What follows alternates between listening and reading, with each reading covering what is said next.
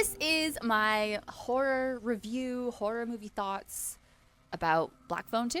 And I'm also wearing my Alpine Lake, oh, there you go, my Alpine Lake youth camp jacket. And don't watch this video if you haven't seen the movie, because I'm probably gonna say some things that you don't wanna hear. First of all, I wanna say, I prefer Black Phone 2 way more than the first movie. So the first Black Phone movie came out in 2021, so now it's 4 years later. I can't believe that. That was like, damn, that's crazy how time just passes by that quick. But so what I love about the second movie is how the supernatural element of the Black Phone, it evolves into this dream nightmare sequence that's continuous. It almost, like this movie, it just feels like an ongoing nightmare. It's like constant sleep paralysis.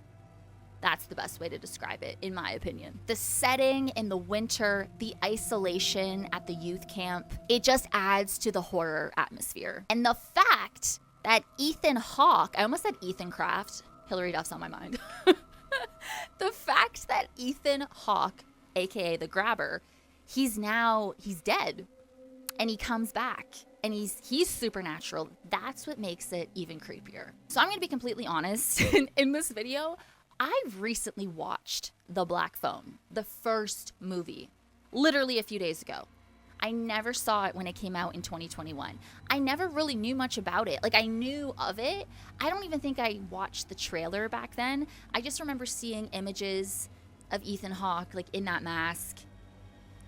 And I thought it was creepy, but I thought it was a totally different story than what I saw. And to me, the second one was just a lot creepier. The Grabber himself is creepier, scarier, more terrifying in death.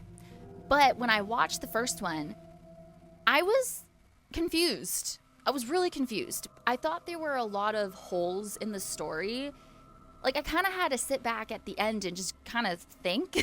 In the first movie, I wish there were more terrifying scenes of the Grabber. I mean, I know it's scary how when he's grabbing you and, you know, the screen kind of goes black and he has those balloons and that black truck. He was just kind of more mysterious. I didn't find him that terrifying except for that scene.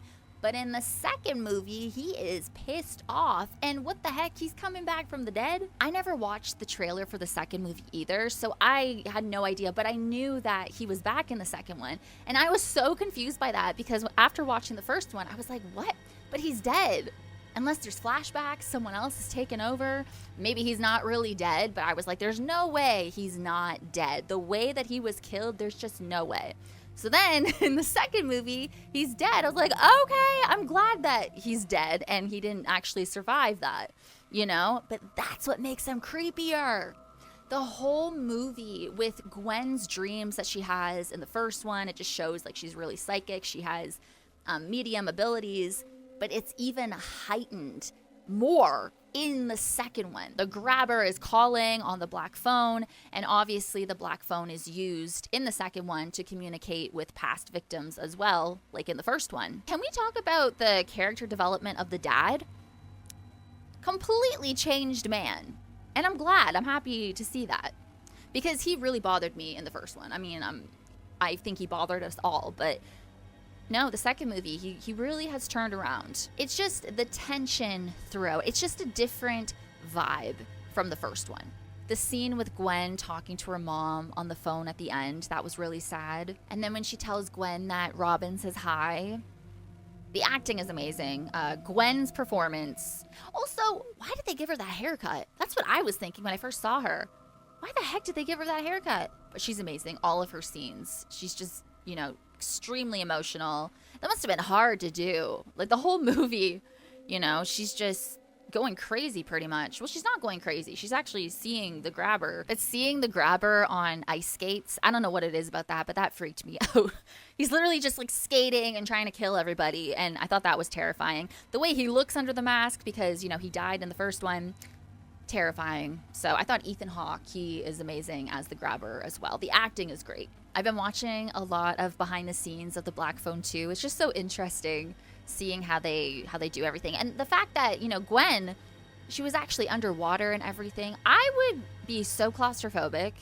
That would scare the shit out of me. I know there's professionals all around and watching you and making sure everything's okay. I wouldn't even be acting. I'd be so scared. But no, I really liked the setting, the atmosphere of this movie. I liked where the story went. I love that the grabber actually was dead and they didn't just somehow like, oh, he's actually alive and he came back. You know what I mean? So, and it's just creepier to see him in death. And he's just pissed off, you know, and he wants to kill them. And no, it's a good movie. So yeah, if you're a fan of the first one, you're going to love the second one. I've been seeing a lot of people say that it's kind of divided. There's people who love the first one more, I guess because that's, you know, the introduction. But I just didn't find the grabber to be as scary in the first one. I just thought that one scene when it just kind of pans up the stairs and goes into the room and he's sitting there waiting, that part freaked me out. Holy shit. I can't even imagine being in that situation, being trapped in that basement. The black phone is there and you go up the stairs, you turn, you're being warned that he's waiting for you to go upstairs and try to make an escape.